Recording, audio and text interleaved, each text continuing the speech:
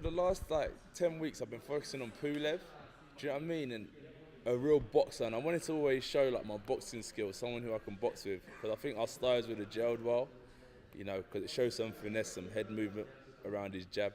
But now I've got someone who's like a fighter boxer who's a bit more works on the inside, swings and hooks and stuff like that. So I've just got to kind of change my mindset a bit, but still box. But I know I've got to whip him around the inside and stuff. But I just hope I can still show like my boxing technique as well, because I like showing what I'm capable of doing against boxers, and this is a completely different style. So I just hope I can still look good. Harder fight? I think he's tougher. You know, someone like you can keep on punching, but they like some people you punch, they take 2 steps back. I think he takes 2 steps forward, and still wants to hit you with a few combos. So I think that's what makes it tough. What do you know about Takam? Like, did you ever have him in for sparring? I know there was talk of you maybe fighting him a couple of years ago. There was only talk of me fighting him a couple of years ago, but I've never had him in for sparring, unfortunately. But in a way, it's good because now we're fighting. I know he's game. He said he wanted to fight me as well, so that's someone who believes that they can beat me. And I just know that like he's got nothing to lose and everything to gain, and that's a dangerous person anyway. You know. Does it disrupt your preparation? What are we like less than 2 weeks out? How does it affect how you prepare now for it? That's what I mean, is that mentally I've been preparing like to show some boxing skills against a boxer like Pulev, because he's come through an Olympic system. You know, he's a bronze medalist. He's got the Eastern European style, which is like a Klitschko, very good boxers. And I was really looking forward to putting on a performance and like boxing someone, jabbing, right hands here. But now I've got someone who's a bit more Tyson-like, rounded, shorter, and like working on like Takam's a bit more like rolls on the inside, hooks here. He loves the left hook, so I've got to kind of prepare for someone who's going to be throwing hooks over my jabs, hooks over my right hands and stuff like that. So it's a completely different style, but I still have to try and look good doing it. You're obviously looking to cap what's been a great year for you, but obviously any slip-ups here put a line through all the big plans for next year.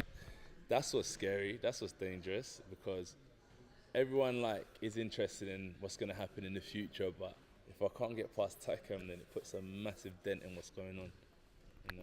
Was there any cynicism on your part when you heard that Pulev was injured so close to the fight? Did you wonder, is he definitely injured here?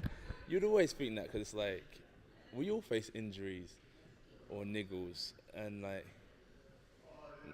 just crack on in it. That's the mindset though. But everyone's different, and for a world title challenge, you want to be 100%. So I respect that. I respect it. Just one final one. Luis Ortiz was supposed to be a WBA mandatory. Has obviously been suspended for failing another drugs test. What's your view on that, and what's the situation now with the WBA? I don't really have a view on it as such, but I just put myself in a situation. I think if that was me, I think I'd be severely punished. And with the WBA, whoever my mandatory is, I'll have to fight them. So I don't know how long his ban's for, but if it's up by the time me and him have to rock and roll, it'll be AJ versus Ortiz sometime down the future. But for now, I hope he can sort out the situation he's facing. Just one final one. It's a hot topic at the moment. We saw in Stuttgart, we saw Groves Cox, we saw in Warsaw, bad crowd trouble. The thing is, people don't know if that fight actually happened within the arena, because the guy, the Warsaw one, because you never know. But then there were some issues in the town centre, and apparently he came into the boxing venue to try and get help, and they resuscitated him in the boxing venue. So I don't want to jump to any conclusions, but problems happen in nightclubs, problems happen in boxing arenas, problems happen in all sorts of venues. And it's not like, for instance, people go clubbing to have a good time, people go to boxing to watch the boxing, but it's just sometimes people that bring bad energy. It's not the venue or what's happening that night. It's just certain things take place that are out of people's control, and innocent people get caught up in the mix. So no big problem in boxing? I don't think it's boxing. I just think there's always one or two individuals. That's all.